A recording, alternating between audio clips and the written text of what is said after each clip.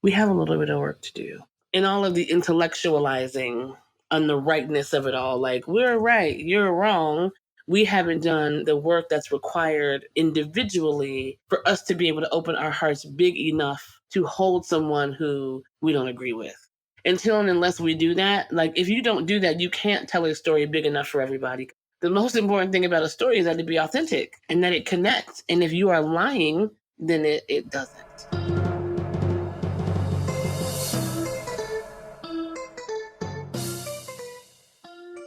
The species is at a choice point. Will this be our evolutionary crash or our evolutionary leap? My name is Gibrán Rivera. I'm a facilitator, and this is my podcast. Here, I introduce you to remarkable leaders who are devoting their lives to the evolution of consciousness and culture. In this episode, I introduce you to my friend Anasa Troutman. Anasa is a writer, producer, and entrepreneur. She is the CEO of Culture Shift Creative, where she works to build and execute strategies for artists and organizations that are aligned with her vision of a loving world and aligned with her belief in creativity as a pathway to personal, community, and global transformation. Anasa has many other roles. She's the first executive director of the historic Claiborne Temple in Memphis, and she serves as strategic advisor and executive producer for her longtime friend, India Ari. Anasa just produced India's amazing video, Steady Love. You have to make sure you see it. I don't even remember how I met Anasa, but I know that we have some amazing people in common, including our friend Malia Lazu, who you've heard from on the podcast. We've known each other for a long time, and we have seen each other grow. Anasa and I vibe on the same wavelength. We hold a passionate commitment to love and to culture as the medicine of social transformation. I cannot wait for you to get to know her better. Enjoy the podcast. Anasa, what a beautiful, beautiful moment. I am so happy to be on this podcast with you. Thank you for saying yes. Oh, I would never not say yes to you, Gibrán. Never. I'm going to remember that. You all heard it. I am so happy. It's been a while since we connect, but every time we connect, it's so good, juicy, powerful. I feel like we are definitely share. Yeah. Every time is like the first time and the last time all at once. That is glorious. You see, I can already feel where this one is going. Before, I want people to know you. I want people to know your story. I want people to get a sense of the light that emanates from you. Thank you. And I think a good way to start is with what are you up to these days? Like, what is the work? What is the experiment? What is the project that is turning you on? Yeah. Wow. That is going to take about 4.5 hours to tell you, but I'm going to do my best. So, thank you for having me. You know, I adore you. So the request to come and talk to you was like, oh, duh, of course. Yes, that's going to be amazing. So thank you for having me, number one. I am honored, deeply honored. As am I. So what am I working on? So I think since I saw you last or talked to you last, I actually started a new company. And it's called Culture Shift Creative. And Culture Shift Creative is a cultural strategy firm. And it really is the place that I built to take all of the things that I think, that I know, that I believe, and that I want for myself in the world and put them all in one place and build an ecosystem out of all those things. And so we have a model, we have all these wonderful things. And there's a constellation of about 7 projects, but there's probably 2 of them that have my attention right now in a really powerful way. One of them is called She Electricity. And it is an ecosystem of technology, creativity, and personal development for Black, Brown, and Indigenous girls. Hache. Wow.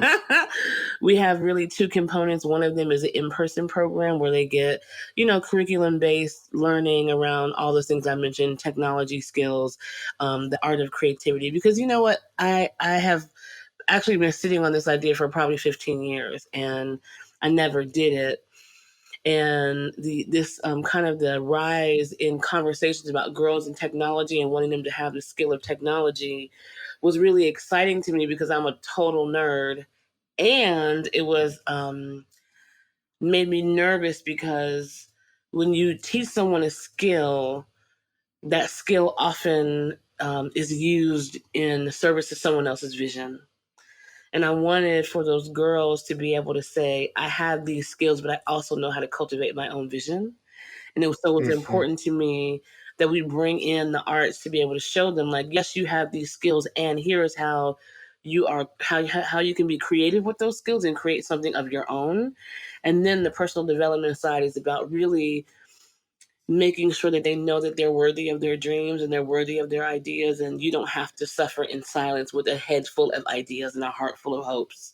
You actually have the right to say, I have an idea, let's make it happen, and manifest it in the physical space. And so that's one component. But the other component is the part that is really exciting to me. And we're building a media platform for content that's built by and for girls that is age appropriate, empowering, but not in a corny way. So it's like still super hot and engaging and all that, but it's like built with them in mind. And because we have a youth leadership council and a test kitchen kind of girls already, they're actually informing the creation of the content. So they are both the generator, the creator, the user, the distributor, and we're really building an ecosystem that they actually can own and control and actually build and distribute their own media. We've been of course doing all this fundraising, but we've also been talking to a lot of production houses in LA. So folks whose names that you would know that I won't say now because we're still, in the early I get it. stages, and I don't want to blow up this spot, but folks who you would be excited about who were saying, like, here are the ideas that these girls have. Will you partner with us and bring your acumen as a producer or as a writer or as a director? Instead of giving us money, would you give us in-kind producing services and take this girl and her idea and manifest a short film, manifest a series, manifest a podcast, manifest some music or whatever the thing is that the girl wants, right? Because it's really all about them. And so that's the one thing that has my attention. Wow. Wow. Wow. This is Yeah. it is electrifying. This is phenomenal. And given Yes. everything I know about you, to just have your life force behind something like this is a gift to the Yeah. world and to this historical moment. So thank Yeah. you. I'm really excited about it. I'm really excited about it. So the second thing that has my attention is a project that actually had me move to Memphis, Tennessee, which is where I am living right now. And this is a building that's called Historic Claiborne Temple. I remember this. Yes.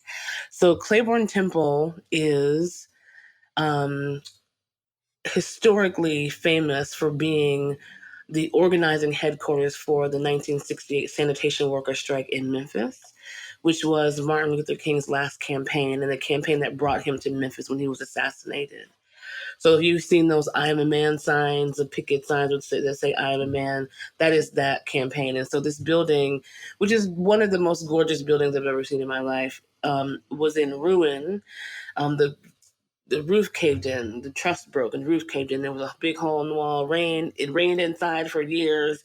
The floor rotted out, the pews rotted out, the stained glass crumbled, and I've become a historic preservationist.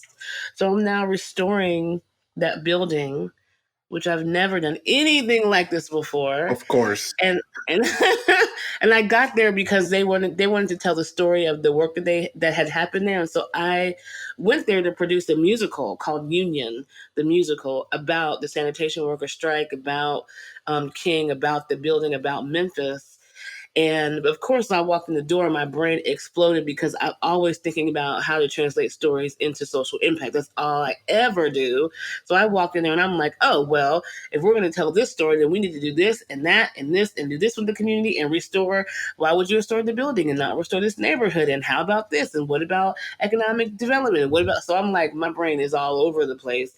And by the time we finished producing the musical for MLK 50. Last year was the 50th anniversary commemoration of MLK's assassination. By the time we finished that process, the folks who were managing and owned the building were basically like, so we don't know what to do with this, but clearly you do. Can you move here and just take this over? And so for the past, since almost a year now, I've been like learning about construction, learning about historic preservation, learning about community development, learning about real estate development, and all of that in the context of translating stories to social impact. So I'm like, what are the stories that happened in this place? How do those stories show up programmatically and in enterprise?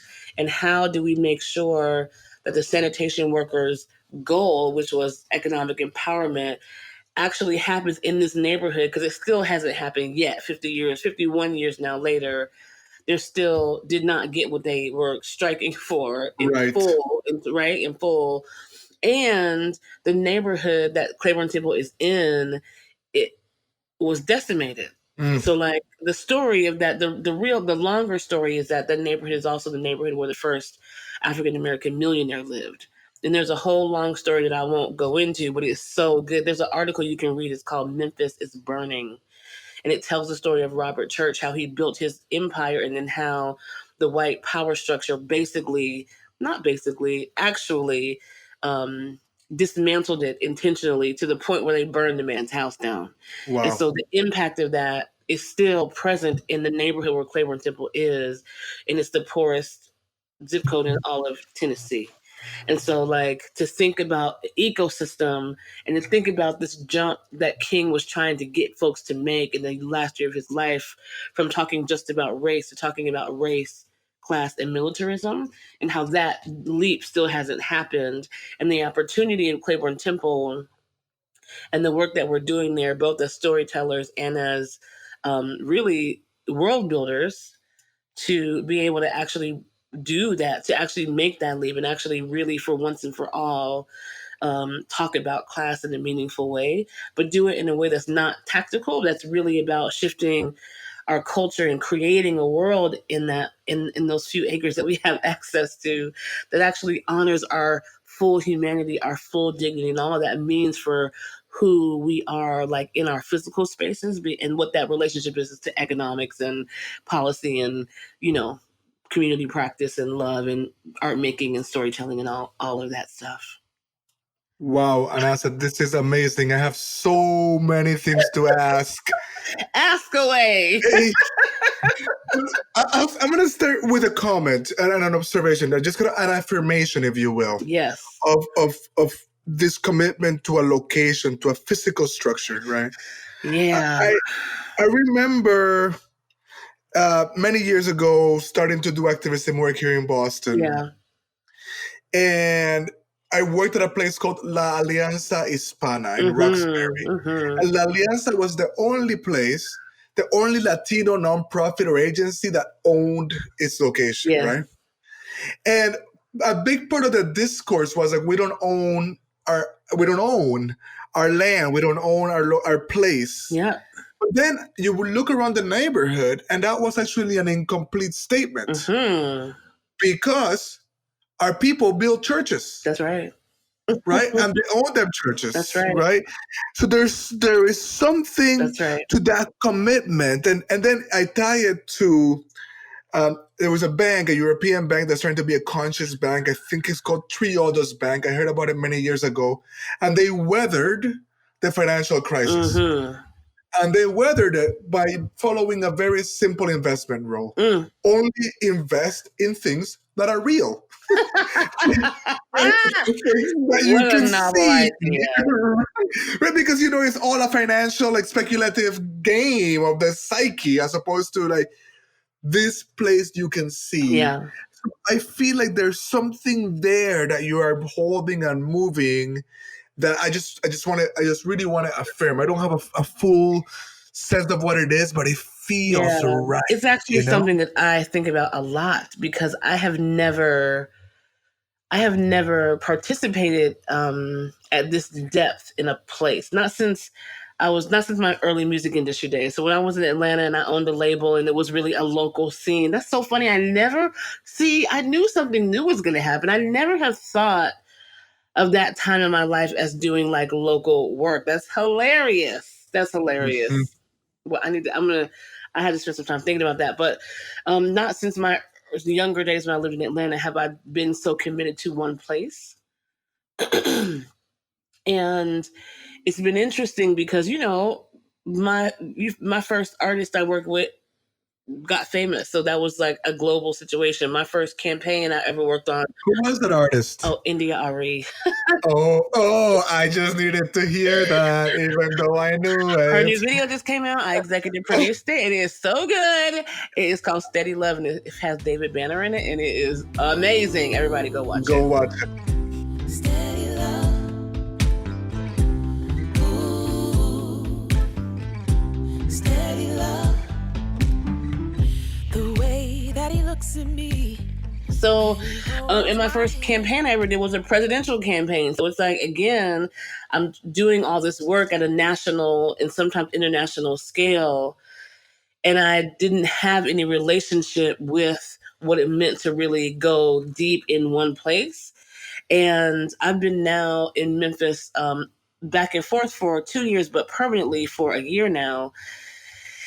And going into that building every day on that same 2 acres of land every day and thinking about that space and intentionally about what that space means for us every day is a really trippy experience. And it's changing my relationship to land in general, but my relationship to that piece of land is blossoming in a really beautiful way.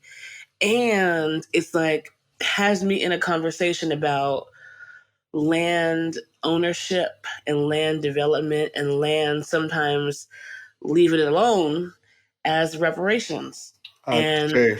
thinking about what land has to do with the truth telling, the healing and repair of the communities who we know have been ravaged by this idea of the American dream and what cost was paid for that dream and what it means for us to reclaim land and space and sovereignty in those spaces as our not even as a form of resistance, because I'm actually not interested in resisting anymore, but as a form of as a way to thrive, Beautiful. right? And then like the complexity of thinking about how we do that in a way that is grounded in a spiritual truth when we know that that land is not even belongs to the people who we're reclaiming it from. So when you think about indigenous communities, you think about, the original sin of America, which was not slavery, it was actually genocide and the stealing of land.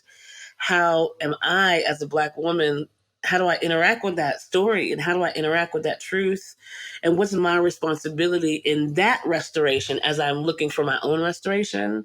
So it's being in this city, particularly in Memphis, which is so Black and so Mm. beautiful, right? And like and also very poor and also very sad. There's a sadness here that people have not let go of from the assassination and the murder of Martin Luther King. Mm. There is a focus on his absence Mm. and his being cut down, which, by the way, is literally 4/10 of a mile from Claiborne Temple, Lorraine Motel, where he was murdered.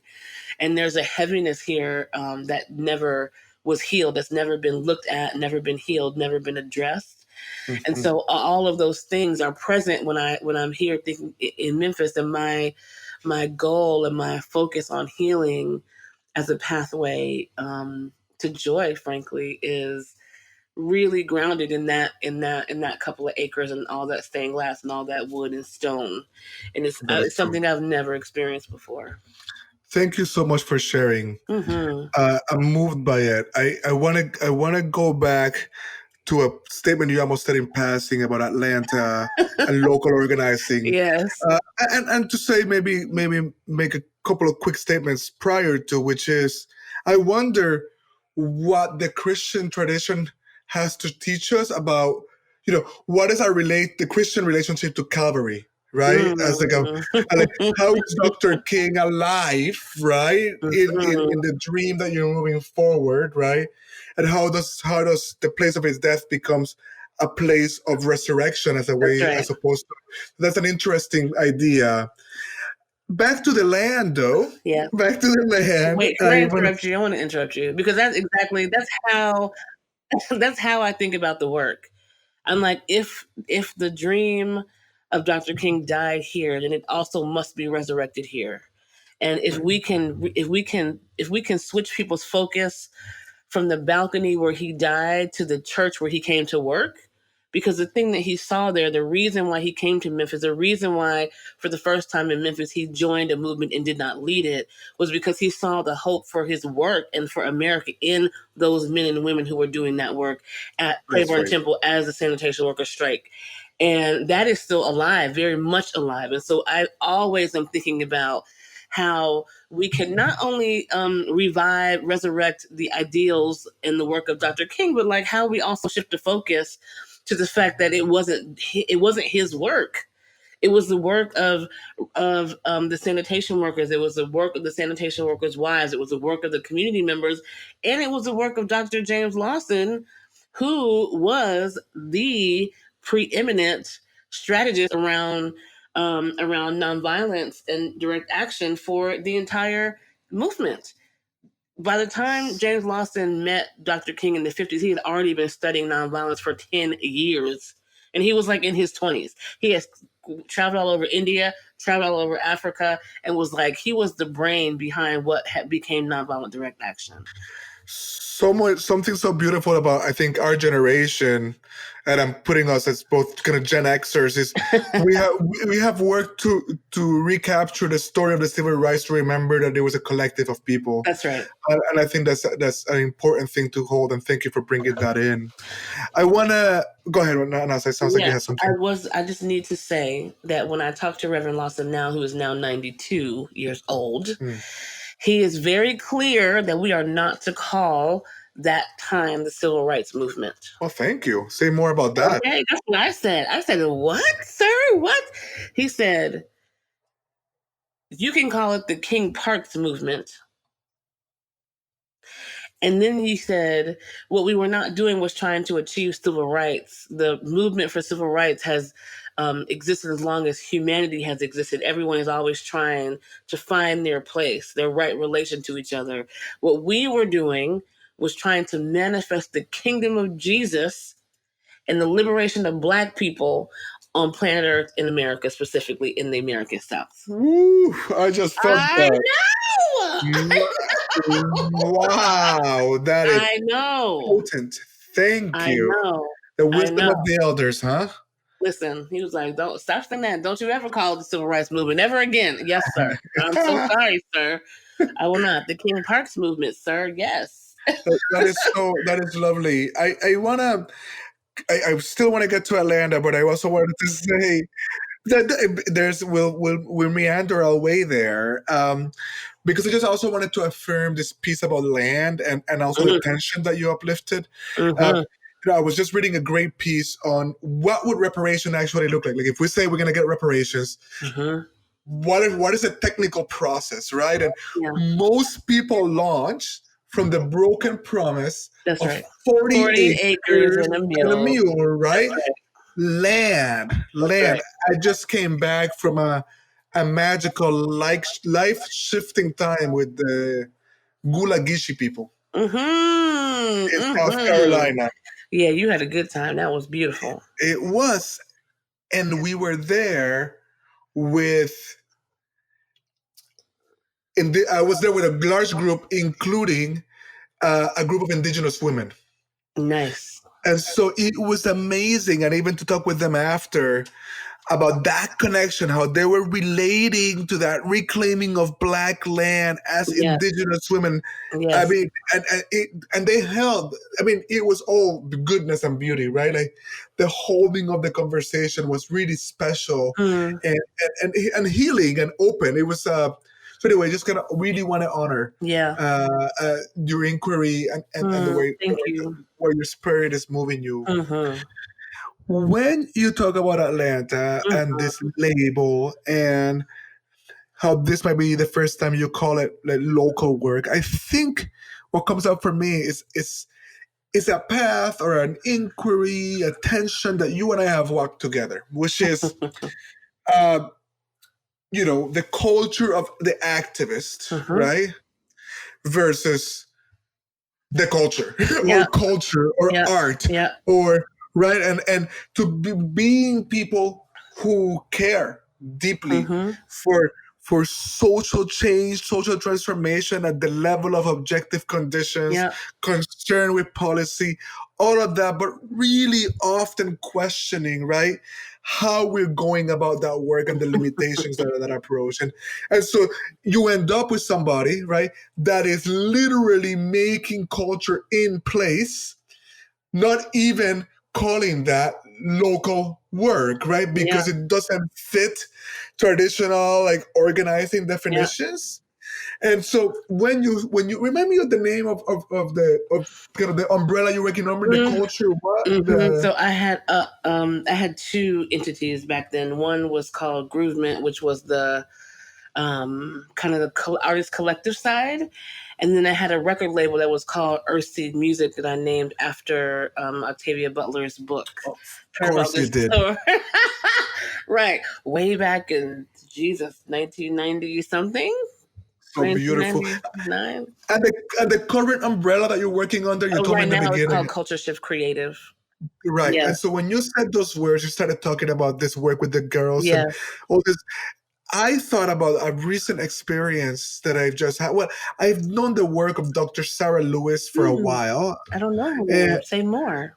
so Dr. Sarah Lewis, is in fact the Aperture magazine with Dr. King, his father, and his son that you see, Mm-hmm. that you commented on Yes. earlier outside of the Yeah. podcast. But that is, she's this kind of public intellectual professor now at Harvard who really poses like the idea of the image, right, as central to shaping our imagination, right? Yeah. And so she begins to explain it with talking about Frederick Douglass Mm-hmm. was the most photographed person of his time, Wow. right?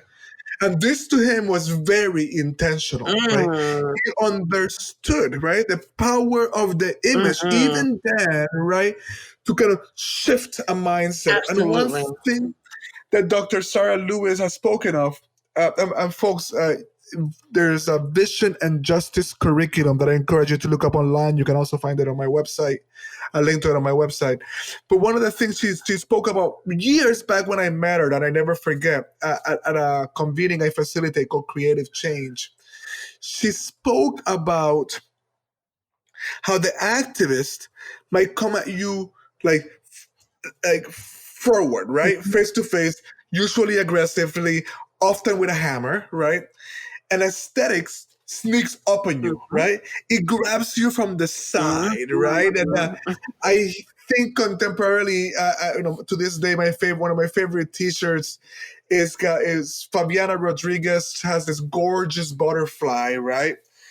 And it's a bright yellow T-shirt. There's a gorgeous monarch butterfly on it, painted by her. And so you see the T-shirt and you say, "This is beautiful," right? But then underneath the words say, "Migration is beautiful," right? So first you see the beauty. Let's say you hate Yeah. migrants, right? But then like the beauty captured you, like it shook you, right? There's something about the cultural intervention from Douglas images, right? Mm-hmm. To all of our the culture that has allowed us as people to survive, Yeah. right, and even to thrive. It's just is a different point of intervention. And one of the things I so love and admire about what you're up to Thank you. is that this is what you're committed to. Well, I never have ever called myself an activist because I don't think that's what I am, and I don't think I ever have been. And my entry point into social impact work was not activism or organizing or politics or any of that. It was just as a person. It was a person who has a deeply held set of beliefs and a deeply held vision of what the world should look like from my point of view, and the dissonance that came with the fact that the world looked so not like I thought it should, so not like I thought it should, and because I grew up in a house where my parents took agency when they wanted the world to look different. They did something. So I didn't come from a house where people were like, "Oh, let's get along to get along, and this is just what it is." And like that's not how I grew up. I grew up in a house with people who were like, "Oh, I don't like this," and they created a world with their friends for me, my sister, and all of their kids, right? So they built a world for us to live in where we were safe, where we were clear about who we were and what our power was and what was possible for us. And so when people get college age, you get activated. You look around, and you're like, holy crap, this is what the world looks like now. It would look like in my house. Okay, well, what am I going to do about this? And I knew that art and creativity and culture were the route. I knew that instinctively, and I knew it experientially through what I experienced in my own home growing up.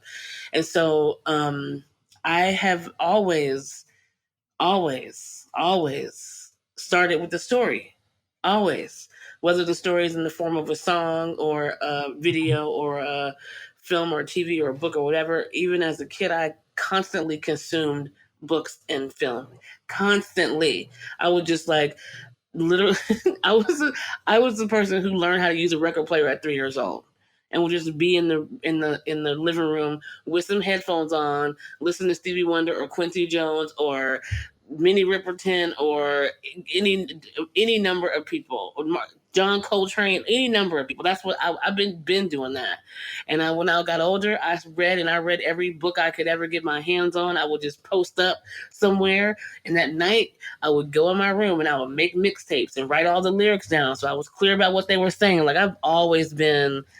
When I was in middle school, I used to go to the movies by myself after school. I've always been a consumer of stories, and I know what they do for me. I know the worlds that they take me to. I know the possibilities that they rile up in my own soul. And all I've done now is now be able to build a system to harness those openings or harness those inspirations, so that you don't go home, forget that you were inspired, forget that you wanted to be different, and wake up next week the same as you were last week. All I've done is said, like, how do we take the power of those stories and make sure that people actually have a chance to transform in the ways that they're inspired to once those stories get in their bodies? Oh my God, this is magic and medicine.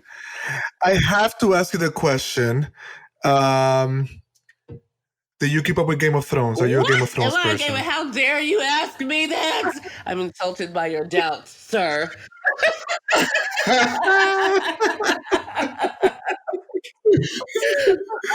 That's a good and clear answer. Thank you. And so you're the first person I interviewed since the show's finale. Lord. Yes. There's a lot to talk about, but we can't go down that rabbit hole. I do need to talk to you about that moment at the end when Tyrion Lannister makes the argument for Brandon Stark. Yep. Right? So what brings people together? So I want to say first that Tyrion had my favorite 2 moments of that entire episode. First, when he was standing over the bodies of his fallen brother and sister. That was the most beautiful moment of the entire episode for me. And 2, when he said what he said about story. Now, I am not a fan of Bran Stark. I was kind of mad that he ended up on the throne. Okay. But the reason why I left satisfied is because I couldn't argue with the argument. I was like, he's right. God dang it, he's right. Because there's nothing like a good story. Nothing more powerful. Right. I saw a meme that showed alternative great stories, and it like had everybody else on the show had a good story, better story than Brent. But the argument for story matters, and the fact, even more so, that he holds all of the stories ever. That's right. All of them, He's from the past, present, and he's future. the keeper of the stories. He's the keeper of the story. And that is significant, right? That is significant. That is what keeps people together. Sometimes I think about, when I think about the rise of the right, right? Yeah. Listen, we've been saying this for years, ever since I ever interacted with any political person. The reason why the right has been so successful is because they are masters of story and masters of culture. They know how to get under the details and get down to the core values and express them in such a way that makes people feel connected and makes people feel alive. It makes people feel seen and makes people feel like they are part of something bigger than themselves. Folks on the left are horrid at that. Well, we want people to be really intellectual and like give up their lives for abstraction. We want to be right, not connected. Right. That's right. So I think about Maslow's hierarchy of needs, right? And like the stories like you first need food, right? Of course, right? And you need some shelter, and eventually you get to the meaning and then self-realization. And I think that is, generally speaking, the right hierarchy, except that those lines are much more permeable, right? That we actually need them all. So, for example, the left might look at poor white people in one of these states and be like, well, why are they voting against their economic interests? Well, one reason is that our story has shattered theirs, right? Like they believed that this country was the best country in the world. They weren't seeing internal oppression. They weren't seeing external oppression. They believed that their religion is the only path to truth. And they weren't seeing all the ways in which it was actually contradicting itself. And so we come with our like postmodern ideologies. We tear apart, right, the stories that give them meaning. Yeah. And then we expect them to agree with us, right? Yeah. Without providing an alternative story, right? Yes. We need a larger shared story. That's right. It cannot be my country right or wrong. You can't be a person of color and be like my country right or wrong. Like that's actually really hard given our history, right? Yeah. But that's all they got. That's all they got. And so we haven't been able to tell. The best we come is like, you all suck. Right? Like that's all. You suck. Yeah. And that's actually not an engaging way to get people on your boat. Actually, it's not. Are you sure? I don't think it works. The thing is, everybody wants the same thing. Everybody wants to feel like they belong somewhere. That's right. And when we other people and then ask them to join us, there's no space for belonging. That's right. So we have a little bit of work to do. I mean, starting with the fact that we actually think that there are folks who are other. Like that's our work. Our work is like, I don't agree, and you still belong to me. I don't agree with you, and I still love you. I don't agree with you, and I still am going to create space for all of us. We have to start there. We haven't done, in all of the intellectualizing on the rightness of it all, like we're right, you're wrong. We haven't done the work that's required individually for us to be able to open our hearts big enough to hold someone who we don't agree with. That's right. That's right. Until and unless we do that, like if you don't do that, you can't tell a story big enough for everybody, because the most important thing about a story is that it be authentic and that it connects. And if you are lying, then it doesn't. Well, we don't seem to believe we need to. We seem to feel like, you know what, we got it so bad for so long, we're still getting screwed. So no, we're not going to open up. That's not how it works. It's self-defeating. It's Yeah. self-defeating. Right? It takes our And humanity away. but I also think it's like that is actually the pathway to the healing of that feeling is this work. I spent some time with a group from MSC. Calvin and Julie and Tafara was there, and a bunch of us were out in North Carolina at a retreat on a former slave plantation, which is a whole nother story that we don't have time for. Holler at me later. But one of the things that came up, because we were of course like surrounded by cotton fields, and there's feelings when you're surrounded by cotton fields, and Tafara was saying, what if our healing requires that we return to the place where our wounding is, that we return to the field? And we started talking about healed in the field and what it means for us to go back to those places. And Calvin brought up a Rumi poem that says, the wound is where the light enters. Ache. And if we don't go back to those places of wounding, then we actually are never going to be able to reach the light and be the kind of people that can create for all. And so I'm sorry to break it to you, but we can't, like, you can't, but that's in life. Like if you're experiencing childhood trauma or a bad breakup or any, like whatever it is, like you have to be able to confront that pain, process it, metabolize it, and come back on the other side, back with your joy and your life and your humanity, in order for you to be able to do anything good. That's right. Anasa, I think from our earlier conversations that I've been working with sacred medicines for a while now, right? And it's a very important part of my path, and Yes. I hold space for people in it. And the different medicines get you to different places, but there's a particular one that is especially good for post-traumatic stress, right? And the reason for that is that it makes your heart so big, right? You expand so much. That's right. That you are able to go back to the traumatic experience, right? And look at it with a big, open and fearless heart, right?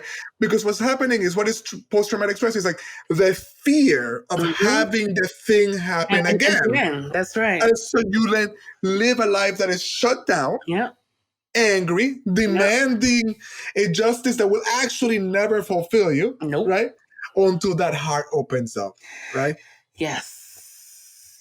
I did a TED Talk this year. Yes, you did. And that is exactly what that talk is about. It's about a lot of things, but it's really about like how the fact that justice will never satisfy you.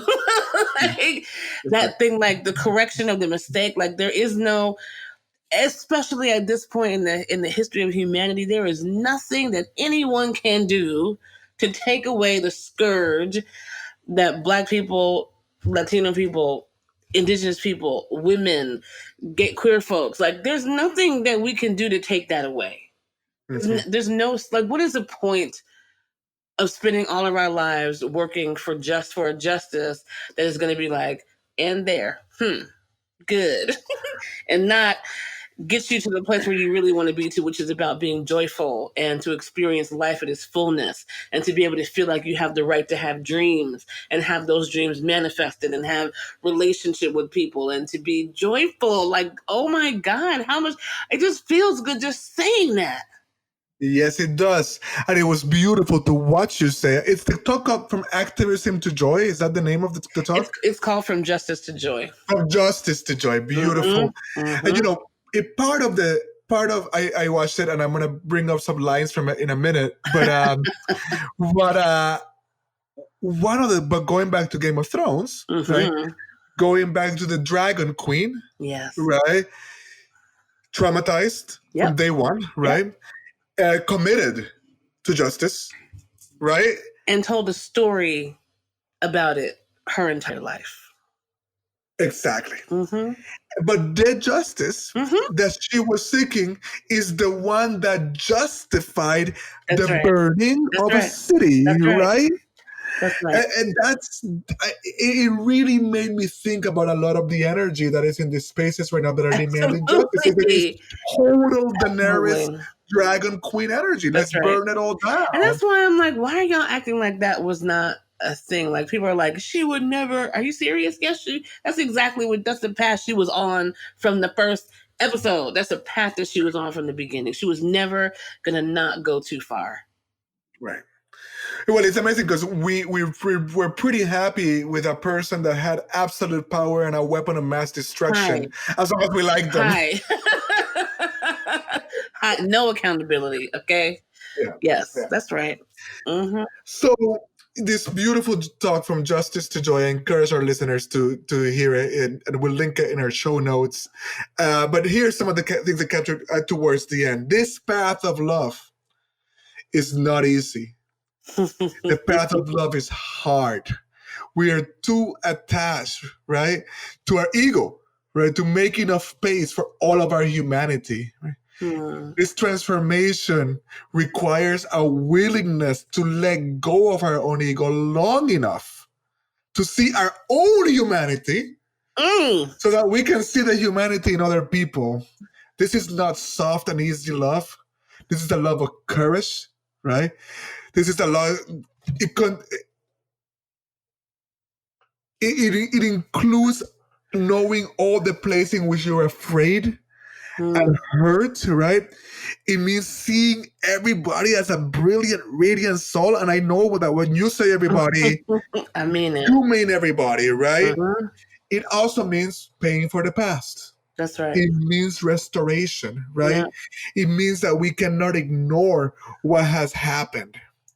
Right. And then you say something that I've been working with for a while. It keeps coming up, right? And it's like this joy that you're calling for requires radical truth, right? Yeah. And that includes looking at the darkness. Yes. Looking at the pain. Yeah. Holding it all. And I think that's a big part of what we all need to turn to become aware of because part of what happens in this call for safety, and let me be clear, I need to pause here, right? As a man, right? So I am committed, right, to spaces where people are safe, right? Mm-hmm. But I think what people often mean is, I don't want to be uncomfortable. That's right. Right?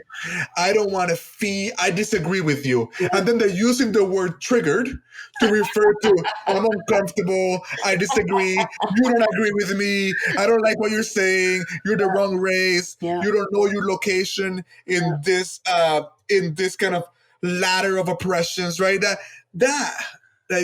is not what we mean, right? And in order to experience the joy that you're speaking of and inviting us into, it includes growing our container's capacity to be with the pain. Yep. To be with the darkness. Yep. And these are your words. What can you tell me? Well, how can you further elucidate this radiant truth? I'm so happy you asked me that, because that's really like a lot. That's what I think about the most right now, is about truth. Mm-hmm. I even say to people, like, don't talk to me about diversity, inclusion. Talk to me about the truth. Because the truth is, we are all here, right? Mm-hmm. It's not the truth to say, oh, we need to include people. No, we're here already. You don't have to include me for me to be here. I'm here. You need to turn around and be honest about what's up, right? And so, like, my whole conversation is about, can we just tell the truth? And can people relax their needing to be right enough to consider that what my experience with the truth is and your experience with the truth might be different? Because, like, the story I tell in the thing is about, like, this man who said a terrible word to me when I was a little kid. And I'm like, somebody taught him that. Somebody taught him to call me, a little girl, a terrible name. And for him, that was the truth about me in that moment. But in order for us to have this sense of joy for all people, we actually have to put all the truths on the table and look at them all. We need to be able to say, yes, this is what happened in your home, and this is what happened in my home. Here are the stories that my ancestors lived through. Here are the stories that my parents told me. Here are the books that I read. Here's the history. You know, one of the biggest pet peeves that I have right now is the fact that the curriculum that children learn in school is just straight up lies. It's just straight up like, y'all are not telling these kids the truth. Like, what if, forget everybody else, what if everybody who was born right now, if we could commit to teaching them the whole truth from now until the time that they were 18, and like, what would that do to shift the planet? What would that do? Like, forget Auntie whoever and Mr. So and so down the street. Like, you could just live in your own little bubble, telling yourself these lies for the rest of your life. But what if every child that was born got a real education that's told the whole truth about the history of humanity, particularly in this country, and we just allowed them space to process it and to decide what that Right. meant for us and what it means for them and how they want to shape the future based on what they have seen. And I just think it would. I wish I could do that. I want to do that really badly. Well, I think in some ways you are, right? I And hope so. yes, I I feel mean, it. the other thing that I think is important to say is that the thing that makes truth, difficult truth in particular, bearable, like, I'm going to keep going back to this notion of like doing your work, like doing your personal spiritual emotional work, because like I said before, everybody wants to feel like they belong, which means Mhm. that as in life, as we struggle, we are fighting whatever it is that we think about ourselves that is our version of the opposite of belonging. So whether we feel like we're not good enough, we're not worthy, we're gonna die alone, we're gonna, like, whatever that thing is that we all have, like, that's the thing that comes up if you really go underneath it when people have these conversations and don't want to tell the truth because they don't want to face their deepest, darkest secret fear that is their version of the opposite of belonging. And so, like, for me, the work that I have done just around like vulnerability, like Brene Brown was the center of my whole entire life for 2 years, right? Learning that if I experience something that is harmful or difficult, whether that be the smallest thing or the biggest thing, like, it doesn't, the pain I experience, the dismay, the sorrow, whatever it is, does not have to equal anything about my being. Mhm. It's not a declaration of being. It's just an experience. Like, I in this moment I feel ashamed right now. That does not mean I am a shameful person, or that I'm not good enough, or I'm not whatever. And then if we can't do that, then we can't have honest conversations. We can't, if we don't know how to manage our own spiritual emotional health individually, then the conversations that we need to have across race, class, gender, so on and so forth, are not possible because we won't be able to get through Sure. them just as people. Because we're, at the end of the day, people with egos and experiences and feelings, and then we don't know how to have the hardest, most complex conversations that ever existed. And then we're not going to make it through, and we're going to keep in this space That's of us and them, and my story is better than yours, and you're stupid, and whatever you are that you don't think what I think. one of the things that comes up for me is we are also longing to belong, right? Yes. But we're scared of the vulnerability implied, Yes. and so we have the kind of belonging that we construct is actually quite brittle, Yeah, right? absolutely. So part of what happens, I call this kind of moment in this moment in social justice space, I call it movement fundamentalism, right? And it's very much like a church fundamentalism that That's I right. grew up in. It feels the same, it tastes the That's same, right. it looks the same. That's right. And what you end up having is actually people that desperately want to belong, shooting out these flares to tell everybody that they're down, right? Yeah. And so you throw all the keywords out, like white supremacy, right? Like and patriarchy and all of these things are things that we need to contend with. But the way in which we're holding them is actually making everyone scared to say the wrong thing That's because the right. belonging That's right. is not deep enough. It's That's right. brittle. It's at this level of abstraction, right? It's at this level of abstraction and this level that is not comfortable with feeling, with the discomfort of being in a space that we need to like open up to in order to move through. Yeah.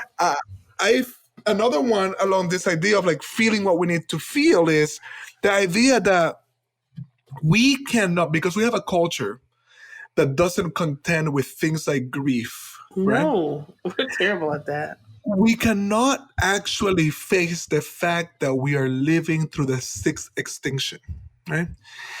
And there's grief implied in a planet that is losing species in a way that has not happened for hundreds of thousands of years. Yeah.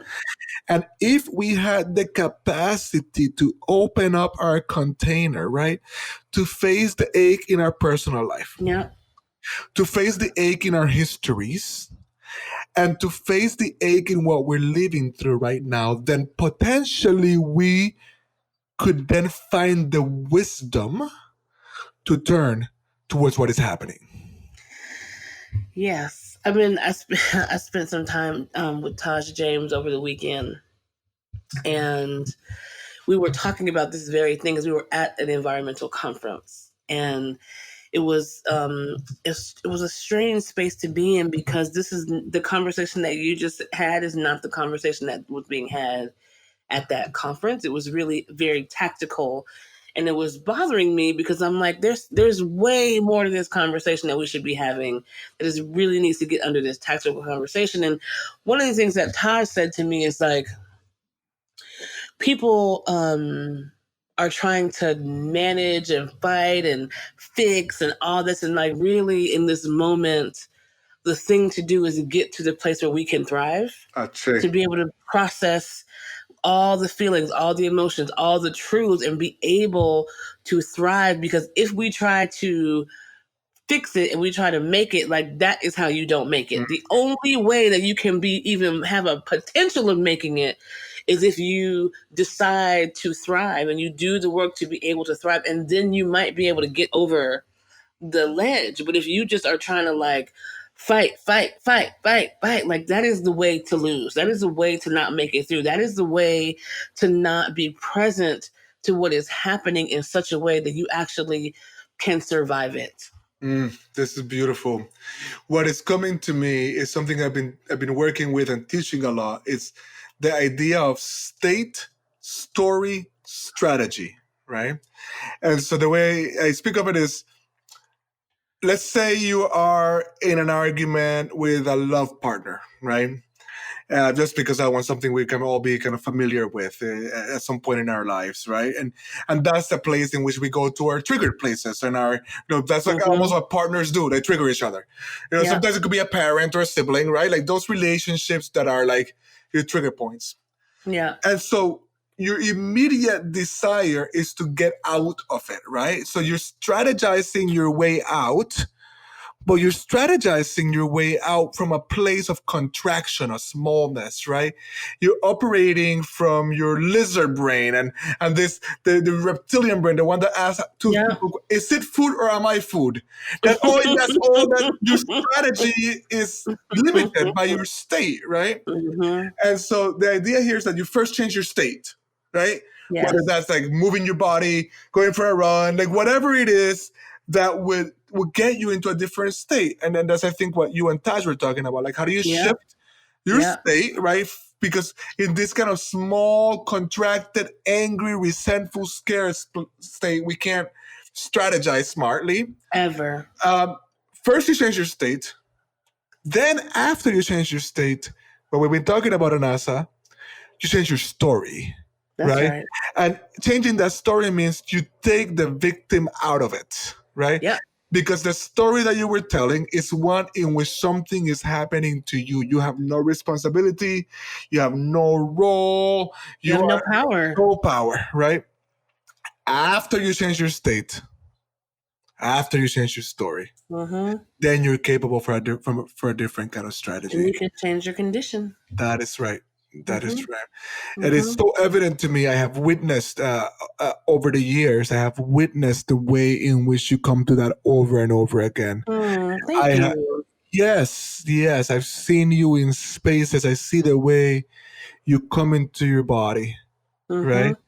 And like there's tension, there's whatever happening, and I see you kind of moving through that. And over and over again and opening up to love, right? Finding the joy in it, even in some difficult spaces that we've been in together. It's my superpower. It is a gorgeous one. Thank you for your generosity with it. Thank you. I mean, it's like everybody. I can't take credit for it because it's like really is a divine gift that I have that I've cultivated for sure and grown and learned how to use it, but that's not something that I did on purpose. It was something. It's a way of being that I was born with, and I think it was because it's what I needed to have to walk in this life the way that I do, and to be able to do the work that I do, and to teach the things I'm supposed to be here to teach. Like love is the requirement for the life that I'm being asked to live by the God that I serve, and so I hear that a lot about my capacity, and you make me feel like somebody loves me. I know, but it's not me. Like I can't take credit for that. It's really like, and I'm so grateful because it's like I could have been born being able to write concertos or being able to do like, math, but I wasn't. I was born knowing how to love people. That's what I was born knowing, and it's like the best. It's so good because that thing that people feel when I'm in the room with them, I get to feel it too, and I get to feel it first. Yes. And it's like so fun and so juicy and so wonderful. It's beautiful. It's a place where you and I meet. That's right. It's a place where you and I meet. Definitely gorgeous. I think we're twin spirits in that way, and 100%. I like the way you name it. Like I agree with you. Mm-hmm. Every morning I've been reclaiming prayer, right? Yes. Because yes, me too. I've done so much like meditation over the last couple of years, which I still do, and I love it and I do it. But I think what happened over time with that practice is over time somehow I slipped off simply getting on my knees and praying. And one of the prayer, as I start my prayer in the morning, I thank the goddess, right, for that, for being born like this, right, for being born capable of loving, right, for knowing how to love. You're right. It's not about credit. It takes cultivation. It does, but it's something. We came with it. We came here with this. Yeah. I have a couple of kind of relatively quick questions that I ask at the end of the podcast, but I didn't know, is there anything else you want us to make sure that we know? Anything you want to make sure that we feel or hear as we move towards the close? I don't think so. Okay. I don't think so. I think we got it all. I don't know, but I have the feeling of completion, so I'm gonna go with that because I trust it. It's a beautiful feeling. I have a feeling of completion. I have a feeling of connection. I have a feeling of grace. Looking at you on the screen, I kind of feel I'm basking in your light and your beauty and your goodness, and I'm grateful for it. I'm honored by it. Thank you. Thank you.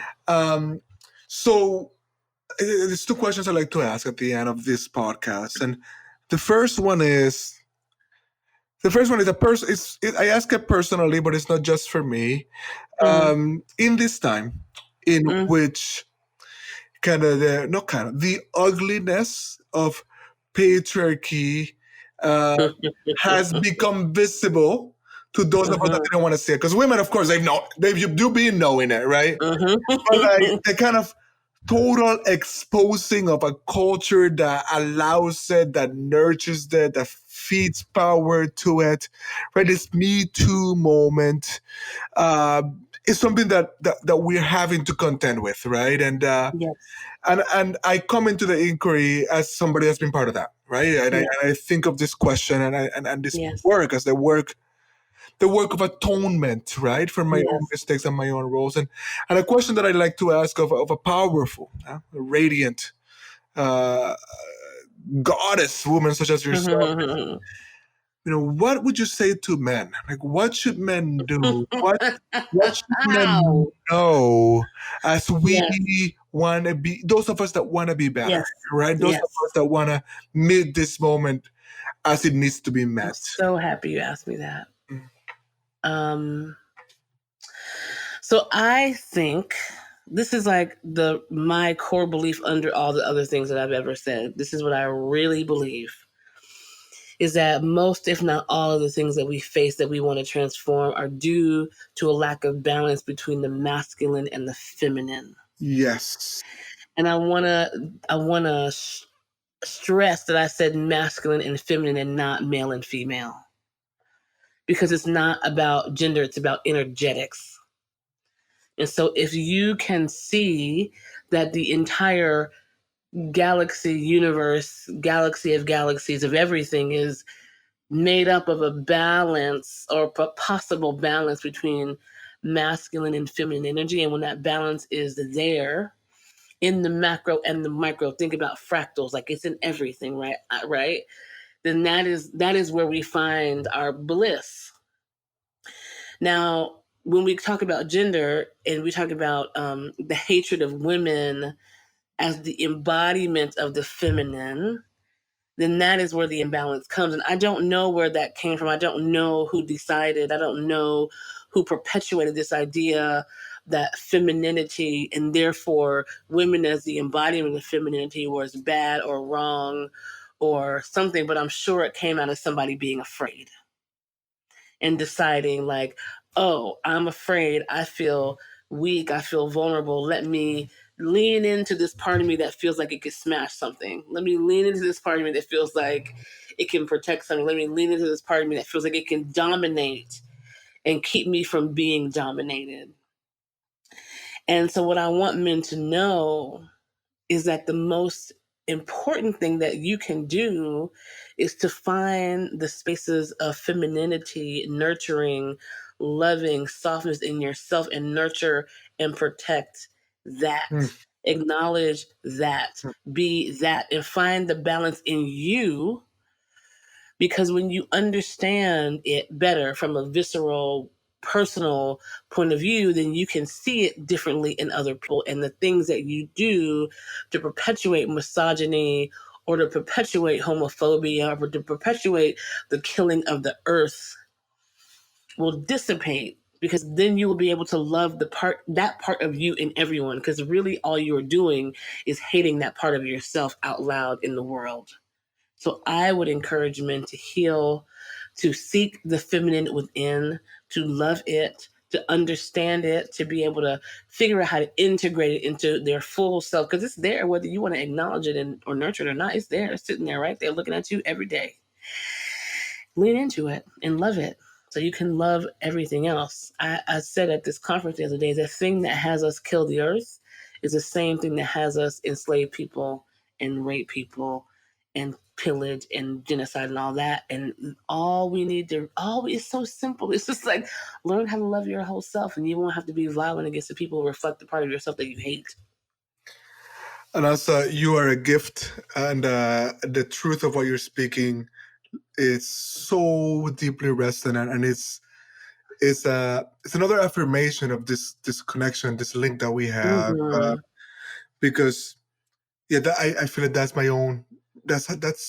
my own vocation and how I look at it too. And over the years, I've been working with tantric practices, and Mm-hmm. so much of it is about working with those energies. And one of the things one of my teachers says is, the man, one of the roles of the man in becoming a tantrika is to become feminine Mm-hmm. before the goddess, right? That's To right. become, and it is in a way that actually awakens and makes him And capable makes of whole your holding the masculinity. masculine, right? That's right. And, That's right. just to maybe correct myself here, because I said, these traditions, they speak man and woman because they're so old and they're not understanding a lot of the things that you just mentioned, which is it's not about the gender, right? It's about but I think the question I asked was referring to masculine identified men in Yeah. having condition as men. So thank you. You're welcome. I have sort of the last question, and this one requires, it invites a little time travel. Yes, my favorite. Let's go. It's got light touch facilitation, so it has a little consent. Some consent is You required, gotta be right? you, Gibrán. You gotta be you. So the invitation then is for you to travel Mm-hmm.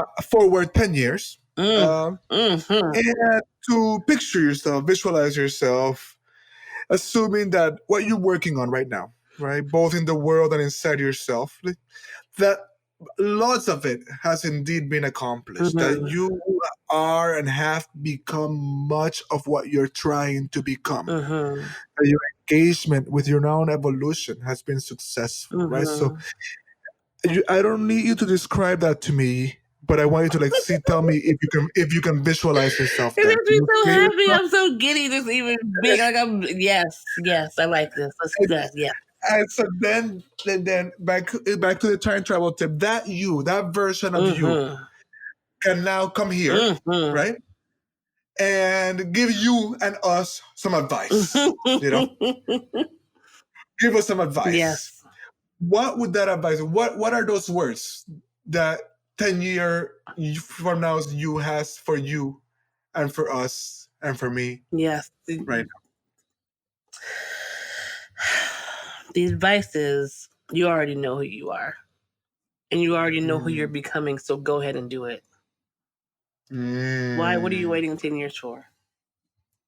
We could have been Ache. doing this out here. Let's go.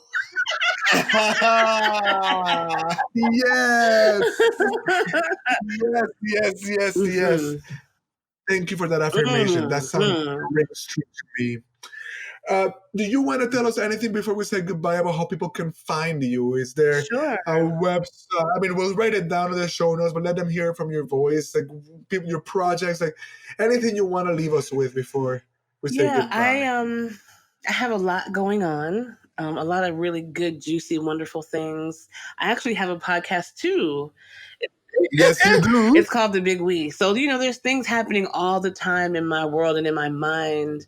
And as I take my own 10-year plus from now advice of do it now, I'm probably going to even be doing more of it. So you can go to my website. It's just anasatroutman.com. It's super simple. I'm also at Anasa Troutman on all the socials on Instagram, Twitter, Facebook. So I'm pretty accessible. Send me an email, send me a DM, tweet me, say hi. Yeah, I love people so much. Oh my God, I love Yes, you people do. so much. I love all of you so much. And so like it's not it's like fun for me for people to reach out and to come up to me after a talk or something and ask for a hug or just want to hug me. Like I love that stuff. So don't be shy if you come across me. Let's talk, let's hug, let's love each other. Thank you so much, Anasa, for Thank your you. life path. For this time, I feel blessed by it, and I can't wait for more. Me too. Me too. I Yes. can't wait to see you. It's been too long. Let's make it Yes. happen. Yes. Let's make it Let's make happen. it happen. Lots and I lots love of you love. too. Many blessings.